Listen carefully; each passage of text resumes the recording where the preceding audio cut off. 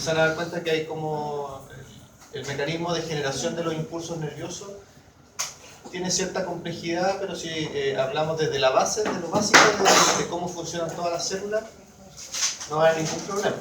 Ahora, este capítulo del sistema nervioso lo vamos a dividir o lo vamos a tratar como de lo más, si recordamos los niveles de organización de la materia, como de lo celular, incluso de lo químico, de lo bioquímico, porque el impulso eléctrico se forma por reacciones químicas en la neurona.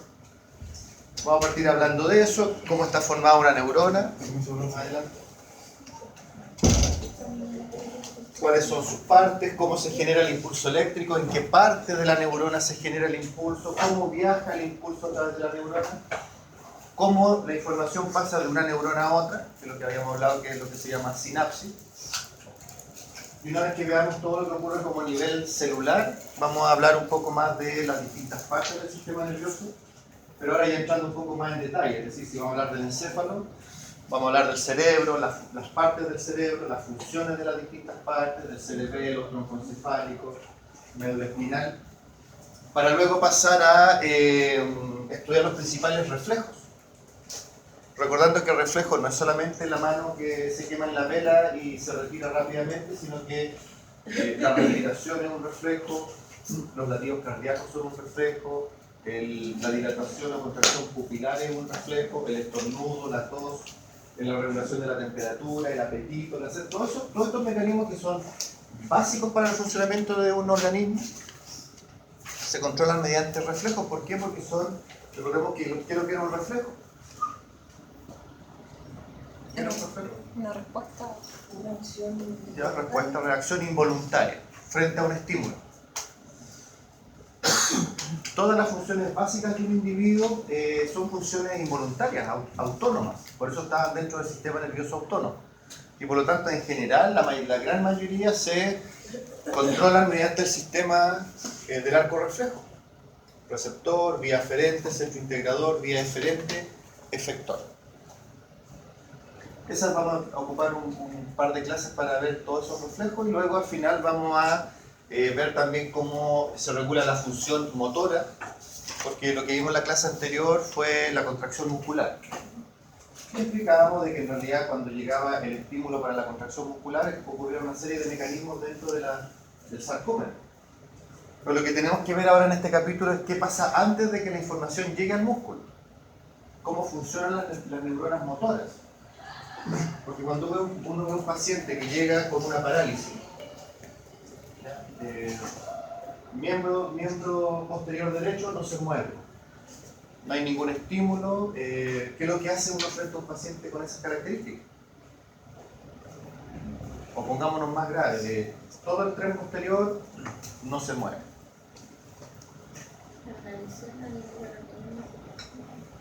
Bueno, cuando uno comprende todas las vías por las cuales viaja la información hacia la musculatura y ve que fallan dos miembros al mismo tiempo, seguramente hay un daño en una zona en común. Si fuera solo un miembro, uno diría, el problema no es medular, porque si no fallarían ambos miembros, ¿sí? Bueno, para poder entender, igual que el mecánico, qué es lo que está fallando, qué pieza está fallando dentro del sistema musculoesquelético, hay que conocer cómo viaja la información desde la corteza cerebral y en los movimientos voluntarios, ahora sí participa la corteza cerebral. Y ahí vamos a hablar de neuronas motoras superiores, inferiores, vamos a hablar de reflejos y cómo los reflejos, la evaluación de los reflejos nos ayuda a sacar información del paciente. Cuando uno habla de reflejos, lo conversábamos, uno solo piensa en el estímulo del tendón rotuliano. Pero, por ejemplo, evaluar el dolor en un miembro, eso es una evaluación del sistema nervioso. Generar ciertos estímulos y ver si la respuesta es normal, aumentada o disminuida, también me da información de qué es lo que está pasando en el sistema nervioso. Entonces vamos a terminar este capítulo hablando un poco de lo que es la evaluación neurológica, pero así como bien básica. La evaluación neurológica de un paciente. Entonces este capítulo yo diría que es como el más largo de todo el curso. Así que vamos a tomar varias clases de nuevo pero a diferencia del primer PowerPoint que me lo comentaban en otra sección, que en el primer capítulo como que hablamos de un montón de cosas que eran como anexas a lo que era nuestro tema central, ¿cierto? Realmente veníamos por las ramas y hablábamos de un montón de otras cosas que sirven, pero eran como anexas. Acá vamos a hablar del sistema nervioso ya de frente, ¿sí? Y vamos a ir como mucho más ordenado y mucho más centrado en lo que corresponde a la asignatura de fisiología. Lo bueno es que todas esas cosas que hablamos de más, entre comillas, en las primeras clases, nos vamos a dar cuenta que nos sirven un poco para entender mejor los siguientes capítulos. A ver, para entender cómo se produce, ¿alguien sabe cómo se produce o ha estudiado cómo se genera el impulso eléctrico? Yo creo que en realidad la respuesta debería ser sí, porque es materia de tercero medio. El problema es que el tercero medio fue hace rato, entonces así como... Entonces, pues, de repente algunos chispazos de información puede que, sí me acuerdo. Lo vamos a enseñar como que nunca lo hubiéramos visto, ¿ya? Esa es un poco la idea. Y para empezar a recordar cómo se generaba el impulso eléctrico, lo primero que hay que recordar es que un organismo posee electricidad. Nosotros poseemos electricidad.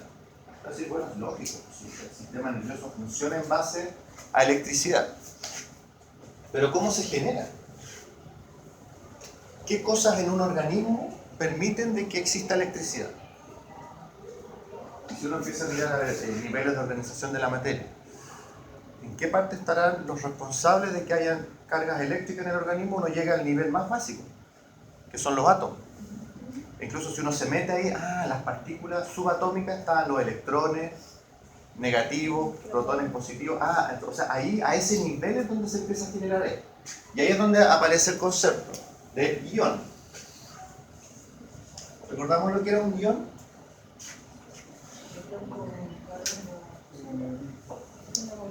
¿Perdón? El ion es un electrón con carga. Es que el electrón es una partícula negativa, entonces hay un problema. Ya. Es un átomo. Ya, es un átomo Con carga negativa. Ya. El ion es un átomo cargado eléctricamente, que puede ser positivo o puede ser negativo. Puede ser un catión, puede ser un anión. El catión es un ion con carga positiva y el anión una carga negativa. Ahora, ojo que en general no todos los átomos cumplen con estas características, porque en general los átomos tienden a tener un equilibrio entre cargas positivas y negativas. En otras palabras, tienden a tener la misma cantidad de protones que de electrones. Y por lo tanto, se neutralizan entre ellas y el átomo está estable. Pero hay algunos átomos que tienen mayor capacidad de intercambiar electrones con otros átomos, formando enlaces, que se llaman enlaces iónicos, precisamente. Yo sé que lo estoy llevando a momentos complicados de su vida. Por eso tenía que aprender los enlaces. Bueno, hola. Bueno, ¿cuál es la gracia de esto? De que todas las células del organismo poseen distintas concentraciones de iones. Y los principales iones, los que más nos interesan a nosotros en este minuto, al menos para estudiar el impulso eléctrico, es el sodio y el potasio. En ese sentido, ambos son cationes.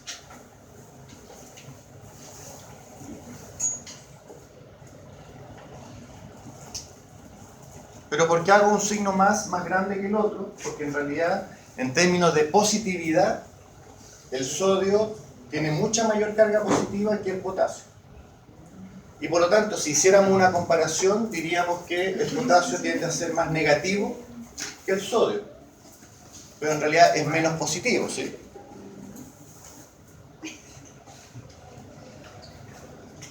En todas las células, lo normal, fisiológicamente hablando, es que en el extracelular siempre haya más sodio y en el intracelular haya más potasio. ¿Ya? Esto es lo fisiológico. No estamos diciendo que afuera de la célula no haya potasio, así que hagamos esto.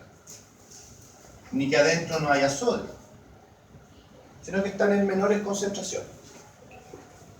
Si tomamos la base que acabamos de mencionar, podríamos decir entonces que en términos generales, fuera de la célula, tiende a ser más positivo el ambiente iónico y en el interior tiende a ser más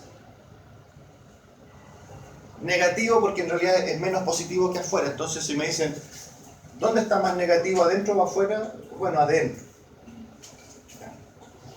Esto es lo normal.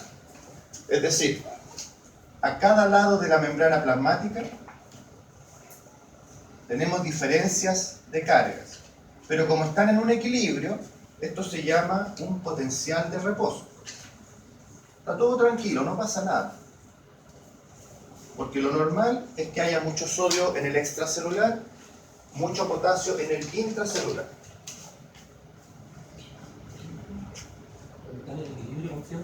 Potencial de reposo.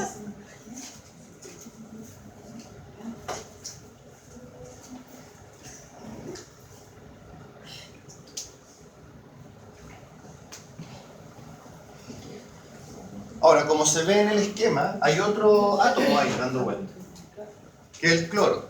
Que el cloro claramente es un anión. Se declara negativo. ¿Y por qué también aparece dentro de esto? Porque dijimos que entre el sodio y el potasio en realidad ninguno de los dos es negativo. Uno es muy positivo y el otro menos. Es menos positivo. Por lo tanto, lo que ayuda a mantener diferencias de carga, en realidad el cloro aporta como esa negatividad que le falta al potasio. Suena como más pesimista. Porque nos vamos a dar cuenta que para que se genere un impulso eléctrico yo necesito diferencias de cargas bien establecidas a cada lado de la membrana plasmática. Que si no existiera el cloro es como muy positivo y poco positivo. Eso no me alcanza para generar la energía necesaria para que se forme un impulso eléctrico. Por lo tanto, el cloro, que si es negativo, de cierta manera le presta un poco de su negatividad al potasio. Para que podamos tener dos extremos, dos polos. ¿Qué significa polo? Extremo. ¿Sí? Un polo positivo, un polo negativo. Insisto, esto ocurre en todas las células. Todos los ejemplos de células que pusieron en la prueba, en todas ellas ocurre. Sin embargo, ¿qué es lo que hace a la neurona especial? ¿Por qué la neurona puede generar? Porque la única célula del organismo que puede generar una fuerza lo suficientemente alta como para que se convierta en un impulso eléctrico es la neurona. Vamos a ver de que la membrana plasmática de la neurona tiene particularidades que lo hacen muy diferente al resto de las células y que permite los mecanismos que vamos a ver a continuación.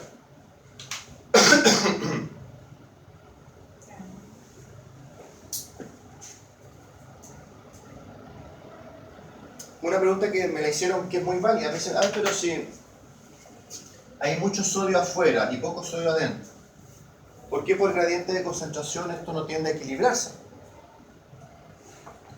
¿Sí? Eso sería lo lógico, ¿sí? Eso sería lo lógico siempre que la membrana plasmática fuera totalmente permeable al sodio. Que el sodio pudiera difundir fácilmente por la membrana, pero eso no ocurre.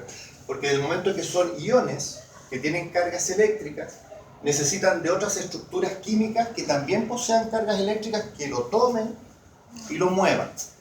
Y eso es lo que llamamos canales de la membrana plasmática, que en general, ¿qué estructuras, de qué tipo eran esos canales? Proteínas.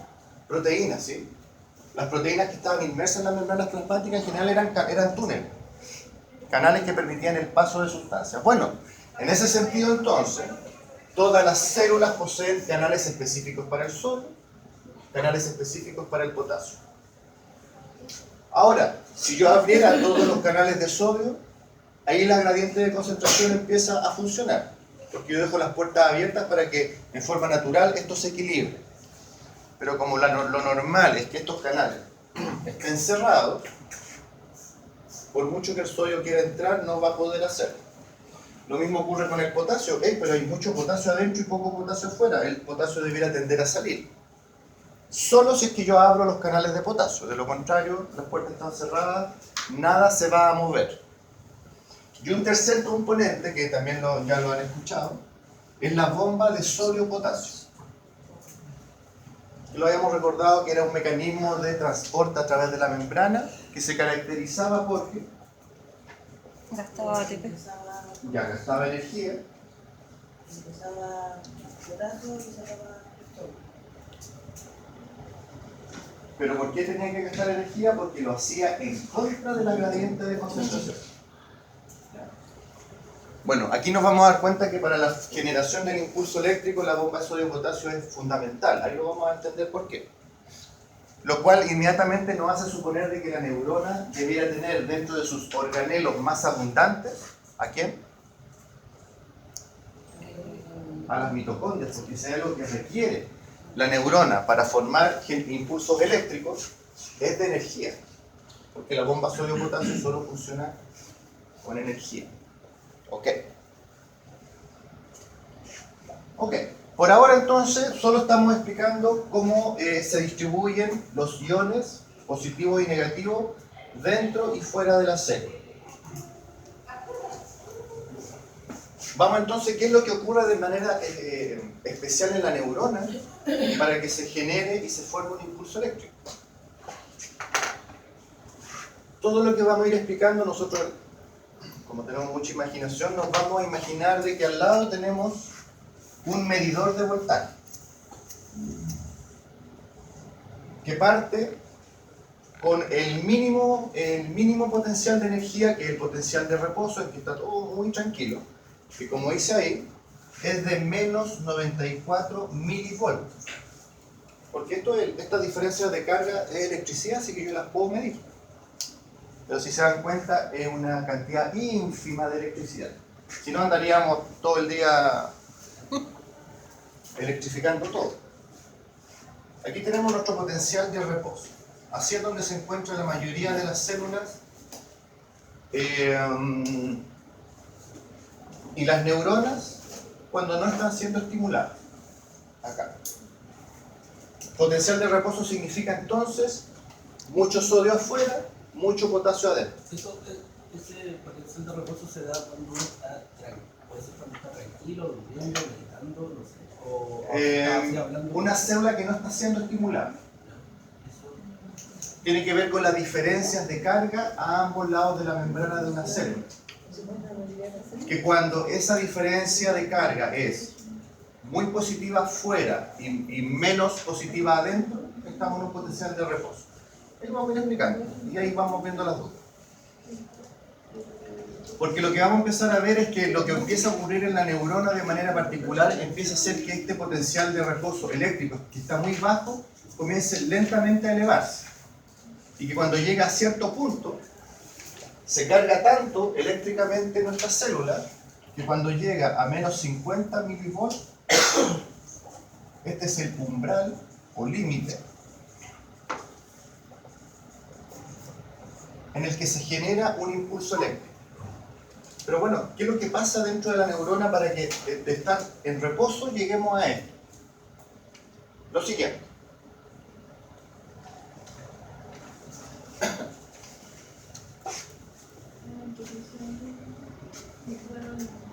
Le llega un estímulo a la neurona.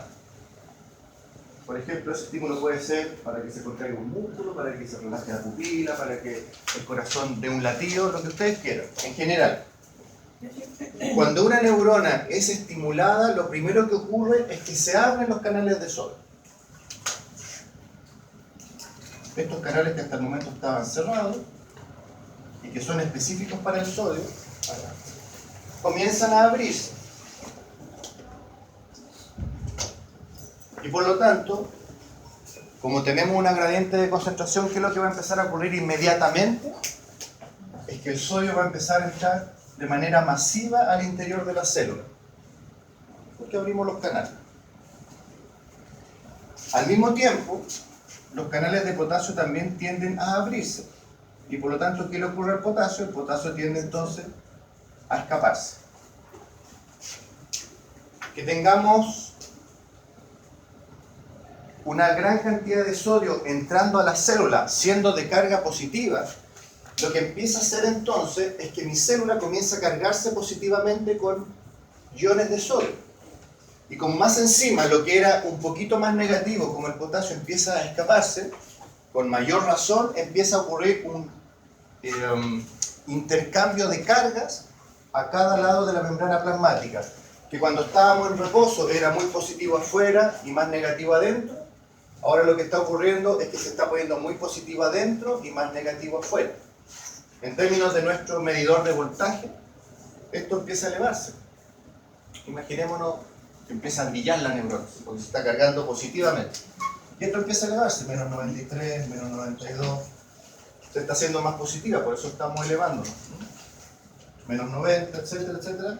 Mientras más sodio entra, más positivo, más se carga nuestra neurona, y en el momento que llega a menos 50 milivolts, se dispara lo que se llama el potencial de acción. De un potencial de reposo llegamos a un potencial de acción, que para nuestros efectos potencial de acción es sinónimo de impulso eléctrico.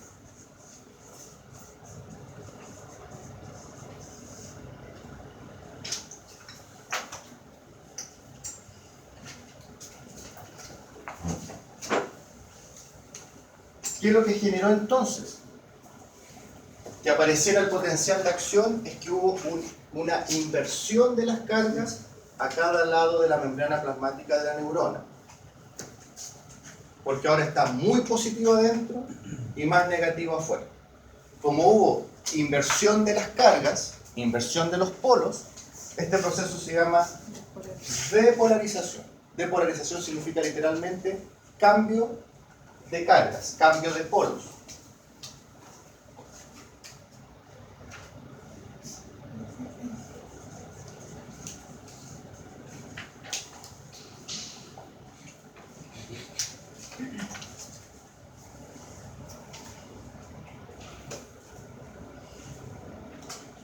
En el fondo tenemos tres conceptos que apuntan al mismo suceso. En el momento que se carga tan positivamente la neurona que se invirtieron las cargas eléctricas, hubo una depolarización.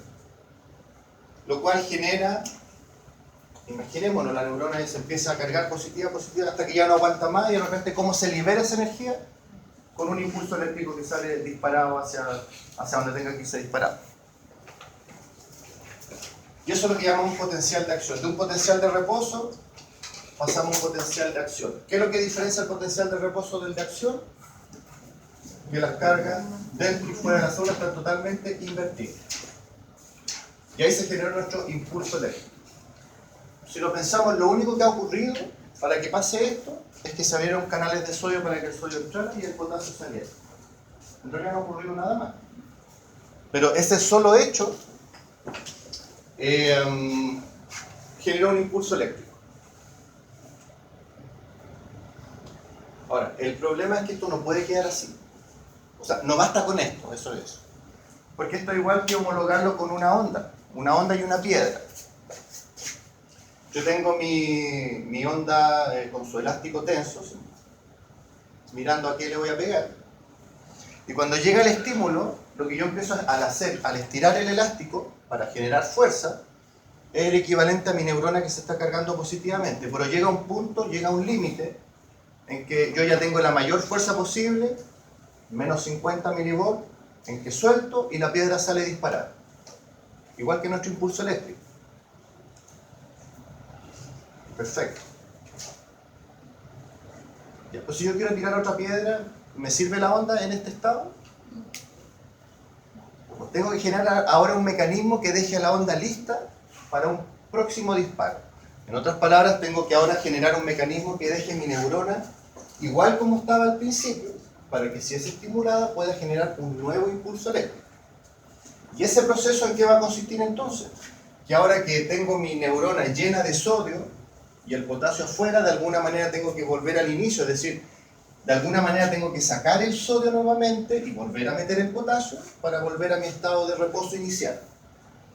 El problema es que si solo se tratara de una gradiente de concentración no lo vamos a lograr, porque ahora hay mucho sodio afuera, ¿sí? Mucho sodio adentro, y los canales de sodio solo permiten que el sodio entre, Los canales de potasio solo permiten que el potasio salga. ¿Cómo hago entonces para volver al principio? Bomba azul. Aquí es donde entra nuestra bomba de sodio-potasio, que como alguien bien dijo por ahí, la función, lo único que hace la bomba de sodio-potasio es que saca 3 sodios e ingresa 2 potasios. Eso es lo único que hace. Ahora, lo hace simultáneamente. O sea, con el mismo gasto de energía, saca 3 sodios y mete 2 potasios, en el mismo proceso. O si no, sería una bomba de sodio y sería una bomba de potasio. No, esto ocurre simultáneamente. Y efectivamente me sirve porque ¿qué es lo que yo necesito hacer? Sacar sodio. ¿Y qué necesito? Meter potasio. Por lo tanto, se activa la bomba sodio-potasio y como retorno a las cargas iniciales, este proceso de volver a dejar la onda lista para un nuevo impulso se denomina repolarización. Es como restituir los polos, restituir las cargas eléctricas iniciales.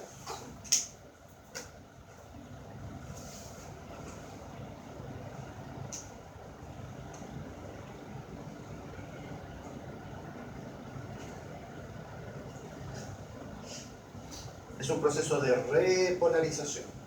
Y con la repolarización mi neurona vuelve, en el fondo ahora estoy nuevamente volviendo a los inicios, la repolarización permite volver a mi potencial de reposo.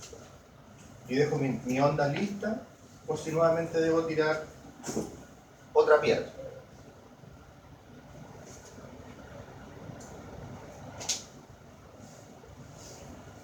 Disculpen.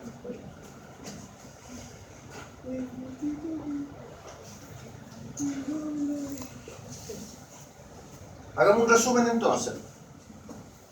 Tengo mi neurona en un potencial de reposo, mucho sodio afuera, muy positivo afuera, más potasio adentro. Llega el estímulo porque algo necesito que la neurona informe. El primer paso, se abren los canales de sodio, así que el sodio empieza a entrar masivamente al interior de la neurona. El potasio también empieza a salir, así que esto hace que las cargas empiecen a invertirse. Mi neurona se empieza a cargar positivamente, mi marcador de voltaje empieza a elevarse. Y cuando llega a menos 50 ya la neurona no aguanta más, debe liberar esa energía y sale como un impulso eléctrico. Pero al mismo tiempo entonces, como ahora necesito que la neurona esté lista para un nuevo estímulo, inmediatamente la bomba sodio-potasio comienza a trabajar, así que se mandó el impulso e enseguida comienzo a sacar el sodio nuevamente y empiezo a meter el potasio, lo que significa que nuestro voltaje empieza lentamente a volver a lo normal y quedamos en un reposo listo para que el proceso se pueda repetir. En realidad el impulso eléctrico no es más que eso. ¿Qué conceptos aparecen en todo este camino? Cuando estoy en reposo, potencial de reposo. Cuando llego al umbral, ya no aguanta más la neurona, porque se invirtieron las cargas, hay una repolarización, intercambio de polos. Lo cual, de un potencial de reposo, ahora genera un potencial de acción, una energía, una fuerza, que para nosotros, en términos fisiológicos, es el impulso eléctrico. ¿Okay? Y como debo volver todo al reposo, el proceso de repolarización es lo que permite que del potencial de acción yo vuelva nuevamente al potencial de reposo. Ahí tengo mi ciclo. ¿Sí? Ahora, todo esto que hablamos de un montón de pasos, en realidad todo esto ocurre en milisegundos. Es como que todo fuera automático nada más. ¿Sí? Pero esos son los pasos que ocurren en la neurona. Ahora, ¿por qué esto ocurre solo en la neurona y no ocurre en otras células? Potencial de acción es igual a impulso nervioso o impulso eléctrico. Lo que tiene de especial la neurona es que su membrana plasmática es diferente a la de otras células. Más allá de su forma, porque en realidad a veces se nos tiende a olvidar de que la neurona es una célula.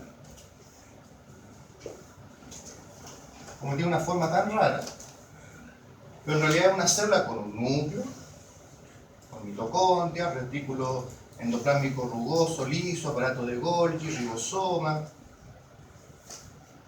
Es una célula, y que por lo tanto tiene su membrana plasmática y tiene su citoplasma.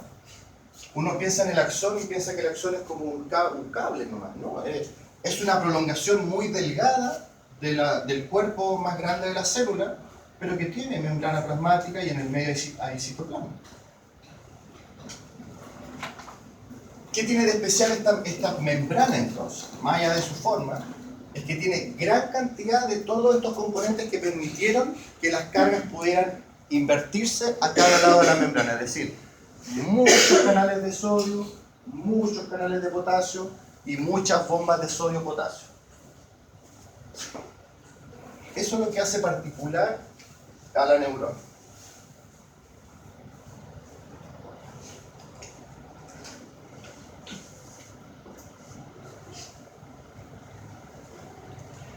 Ahora, todo esto que hemos explicado, lo que uno podría tender a pensar, y es muy lógico, es que esto es lo que uno a lo mejor podría caricaturizar el proceso.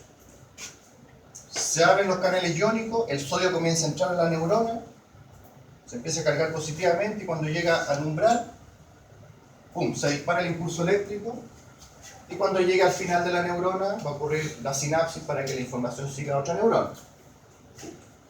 Es un concepto general que está bien, pero lo que en realidad ocurre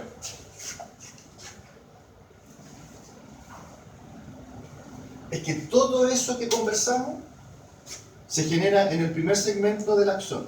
Aquí en este segmento está entrando el sodio, saliendo el potasio, y aquí este segmento se está cargando así, empieza a brillar positivamente, y cuando digo que el impulso eléctrico sale disparado, en realidad lo que hace es que sale disparado, pero para estimular al siguiente segmento del axón. Cuando el impulso en el primer segmento se genera, lo que genera en el siguiente segmento es que se abran los canales de sodio, el 2 de potasio, se vuelve a cargar este nuevo segmento, y cuando ya no da más, el impulso sale disparado, pero sale disparado al siguiente segmento. Entonces, dicho de otra manera, la neurona, el impulso eléctrico va viajando así. Va estimulando al siguiente segmento. Uno dice, bueno, pero ¿qué es esto? No, porque en realidad esto ocurre en milisegundos, que para nosotros, en términos prácticos, en realidad no solamente el impulso salió disparado, sino que el impulso ya yo no alcancé a hacer así y ya está en el efector, en la información. Por eso cuando hacíamos esta tabla de comparación, lo rápido que trabaja el sistema nervioso, el por qué requiere de alta concentración de neurotransmisores para que la información sea efectivamente y se transmita de manera muy rápida. Ahora, este proceso genera un segundo efecto, que del momento... ¿Se ve borrado o no se ve borrado? Un poco.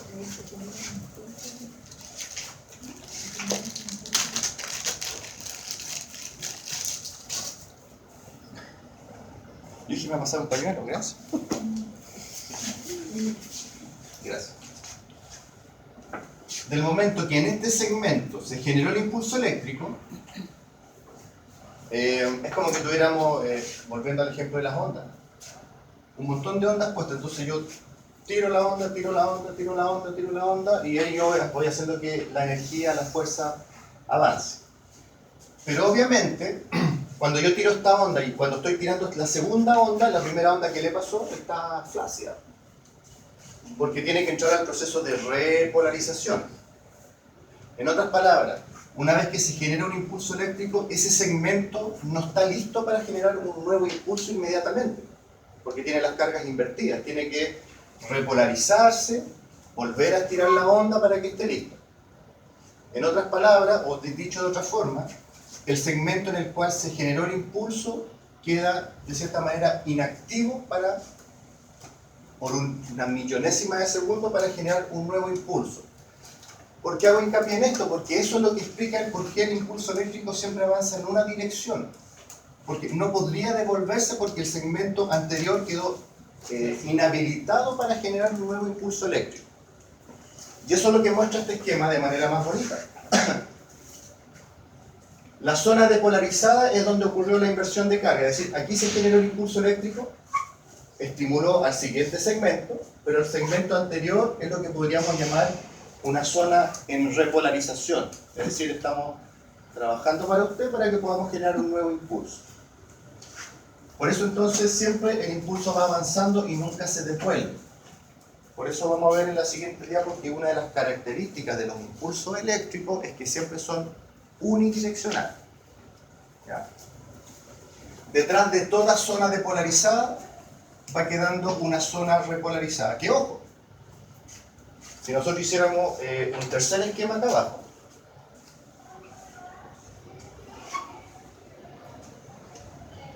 y dividiéramos esta como las tres escenas de la película, seguramente en esta escena ya la depolarización pasó acá.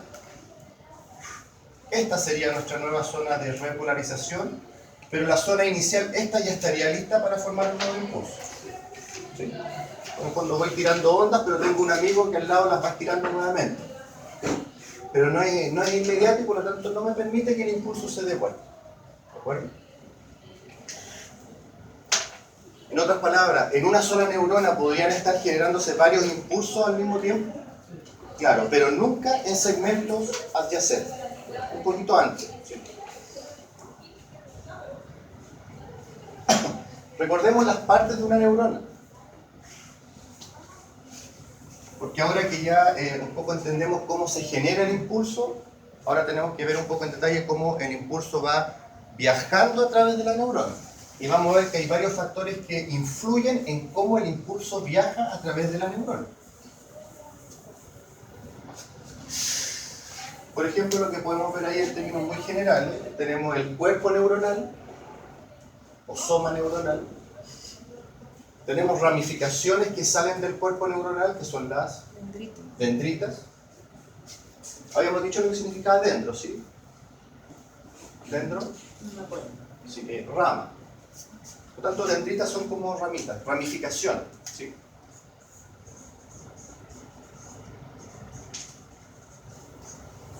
Son ramificaciones del cuerpo neuronal. Tenemos una prolongación llamado axón, el cual termina en una ramificación terminal, ¿sí? Que se le puede llamar arborización terminal, ramificación terminal, o como también le podemos llamar el telodendrón. ¿Cómo? Telo.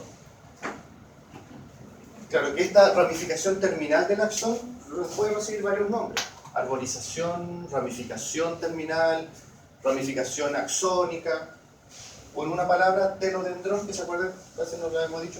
Telo significa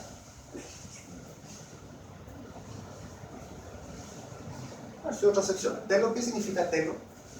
Por ejemplo, un telescopio, un televisor. ¿Para qué sirve un telescopio? Observar distancia, lejos. Claro, telo es lejos. Y dendrón, ramificación o sí, ramificación. En el fondo se refiere el telodendrón es como la ramificación que está más lejos del cuerpo neuronal, que lo que está al fondo, donde termina la neurona.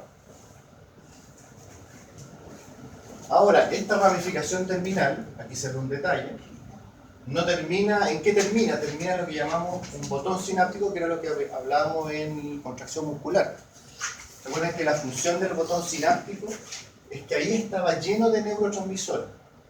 Por lo tanto, cuando el impulso eléctrico venía viajando por la neurona y llegaba al final, estimulaba la liberación de neurotransmisores para que la información pasara a la siguiente neurona en el proceso de la sinapsis. ¿Sí? En general, esas son como las partes de una neurona. Sin embargo, uno mira el axón y el axón tiene cierta estructura anexa. ¿Ya? ¿Vaina? Vaina de mielina. La mielina, hemos escuchado siempre hablar de la mielina. ¿Qué es la mielina?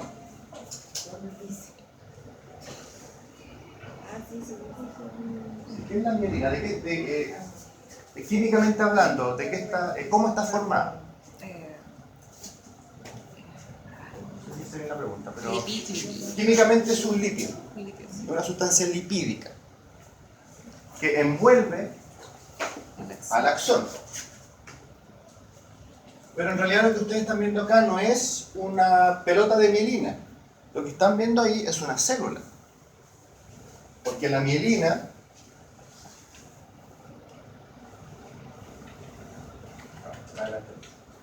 lo vamos a ver enseguida, pero la mielina es formada por una serie de células que están rodeando al axón. ¿Se acuerdan el nombre de esas células?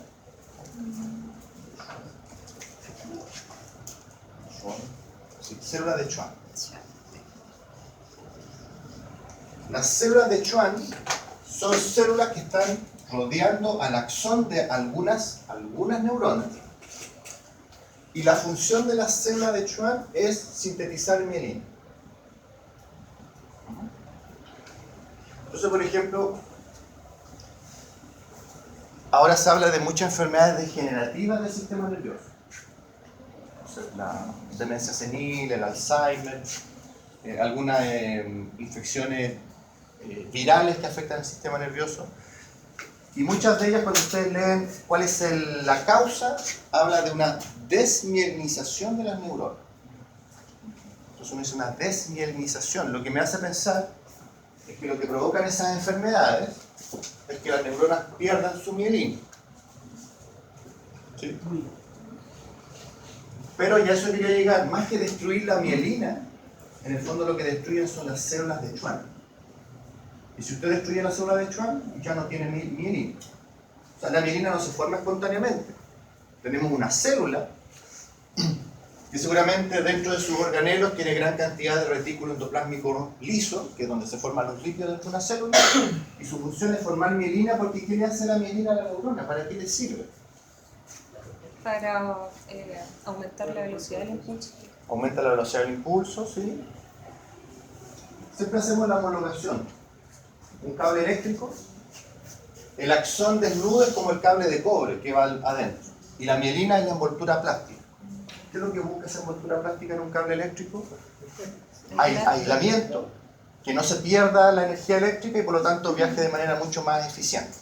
Ese es el efecto que tiene entonces la mielina sobre el axón. Ahí vamos a explicar en detalle exactamente por qué pasa eso. Pero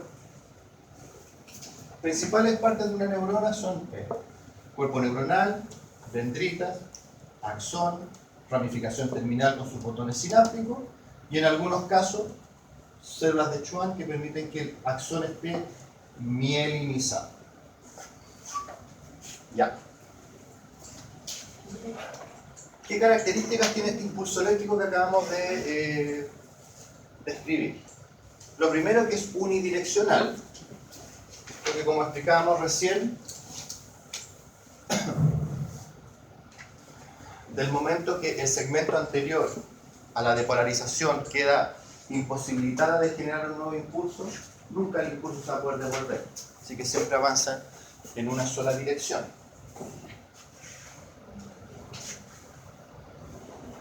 Sin embargo, ojo, no vamos a decir después. Unidireccional, quedémonos con esa idea inicial. Segunda característica del impulso. Esto que estamos recordando, así que todo esto ustedes van a ver que va a empezar a aflorar en sus mentes. El impulso nervioso responde a la ley del todo o nada.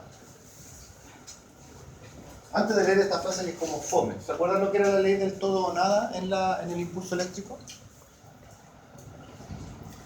Ya. Veamos la frase, dice: el impulso nervioso cumple con la ley del todo o nada, es decir, la neurona siempre producirá un potencial de acción con máxima intensidad cada vez que la energía del estímulo le permita alcanzar el potencial de umbral. Los subtítulos, ¿qué dice?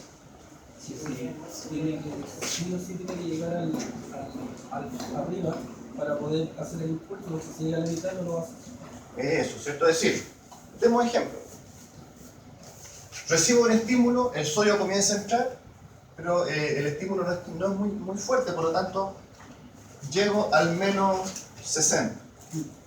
Uno podría decir, bueno, ok, ya demos un impulso más suavecito, bueno, me conformo con eso. Pero no funciona así la neurona, porque si no llego al menos 50, no hay impulso eléctrico. O sea, es todo o nada. Y dicho de otra forma, Si tuvieron un estímulo tan grande que mi medidor de voltaje llegara al menos 40, menos 30, menos 20, ¿va a salir un impulso más potente? No, sale el mismo impulso porque al pasar por el menos 50 ya se disparó el impulso. Eso es como la barrera que tiene para poder salir. En otras palabras, todos los impulsos eléctricos que se forman son iguales. ¿Sí? Por eso siempre hablamos de que el sistema nervioso tiene el mismo lenguaje que los computadores. Porque el lenguaje de los computadores es un lenguaje binario, 0 o 1. ¿Impulso eléctrico o no? Si ustedes se fijan, la neurona, lo único que hace la neurona, que ojo, que la neurona es la base del sistema que regula todo nuestro funcionamiento, lo único que hace es impulso o no impulso. 1 o 0.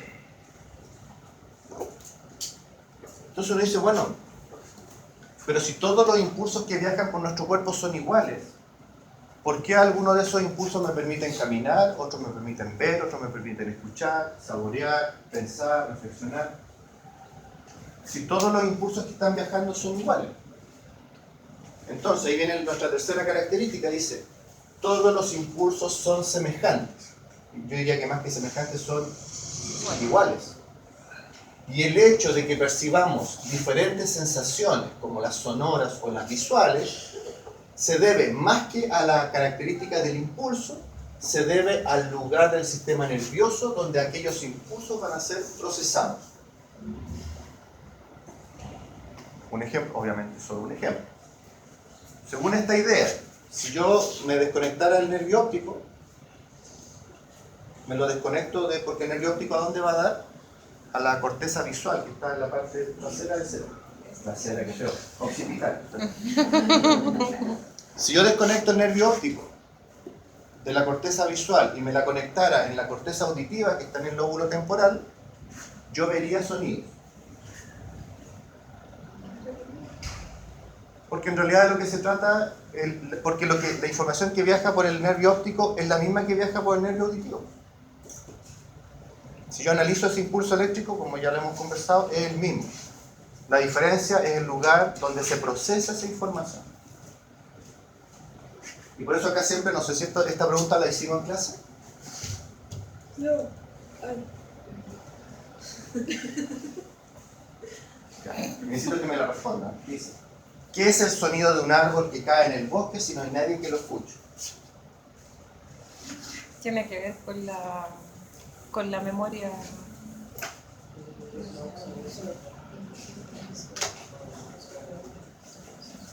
O sea, con la percepción y la memoria.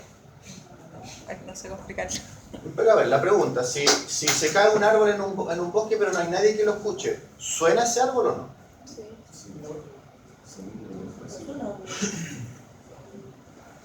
El sonido cuando uno recibe las vibraciones del aire.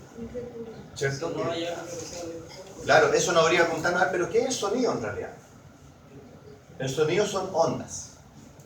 Lo que un árbol hace cuando cae al suelo en un bosque genera vibraciones y ondas. Ojo, la luz son ondas. Por eso hablamos nosotros tenemos un espectro de visión de luz que solo acepta ciertas frecuencias. Lo que está fuera de esa frecuencia, como la luz ultravioleta o la infrarroja, nuestro ojo no está hecho para detectarlo. Como los rayos X están dentro de esta misma onda de frecuencia de la luz, solo que para nosotros son invisibles. Entonces, que no lo veamos no significa que no exista. Que no lo escuchemos no significa que no exista. Pero en realidad el sonido, como dice bien su compañero, es que solo se produce cuando estas ondas entran a un sistema que puede convertirlo en un sonido. Es decir, yo necesito un aparato biológico de audición especializado para que las ondas del árbol que cayó se conviertan en un ruido así como ensordecedor. Porque alguien que fuera sordo, no sé si se dice sordo todavía, se dice con discapacidad auditiva, ¿cómo se dice? Ya, pero sordo, entre nosotros. Si alguien que fuera sordo, ¿no sentiría el árbol que cae en el bosque? Sí, lo percibiría igual por las vibraciones. Claro, pero no sentiría el sonido, pero sí las vibraciones que emanan del impacto, ¿cierto? Entonces, ¿qué es el sonido de un árbol si no hay sonido? Si no hay un aparato auditivo orgánico dentro de ese bosque, no hay sonido. No, porque el sonido son ondas en que un sistema nervioso lo transforma en un sonido. Profesor, pero si dice que no hay nadie que lo escuche, ¿quiere decir que en ese momento no hay ninguna persona o ninguna persona es capaz de escucharlo? ¿Es un bosque vacío o es un bosque donde la gente no logra escuchar lo que suena? Media hora, una media hora. ¿Por qué? A ver, ¿por qué vamos a apuntar? ¿Qué puede...? Porque si es un bosque vacío, ¿Y qué entendemos por vacío? solamente están los árboles y No hay no ningún hay ser vivo. personas. No hay seres vivos que puedan estar ahí para escuchar los sonidos. Ya. En ese sentido, el sonido está, solo que nadie va a No, ser lo que hay receptor. lo que hay son ondas. Ah, Y cuando entran en un individuo, se transforman en un sonido. ok, ya, para allá iba la cosa. Es decir, una ardilla que estuviera ahí, ¿escucharía el ruido? Sí. Sí, porque tiene un sistema auditivo preparado para eso. Un pez, bueno, pero la idea al final, esto es para Siente analizar un la rato. vibración. En el aire son ondas. Son ondas, es decir, todos son ondas. Y se supone que alguien que ha perdido la visión, por ejemplo, puede percibir colores de otra forma que no sea mirando. Porque la luz son ondas. Eso de los colores lo encuentro muy loco. Si escuchas música lo encuentro genial porque claramente van a sentir la vibración. Pero los colores también los perciben. Es que la luz es una onda. Que no tengamos un sistema diseñado para percibirlo con algo que no sean los ojos es otra cosa. Y de hecho me preguntaban, bueno, en los años 70, bueno todavía, pero en los años 70 fue el boom de las drogas psicodélicas. ¿Y qué es lo que eran las drogas psicodélicas? Eran drogas que te permitían oler los colores, escuchar ¿Qué lo ven?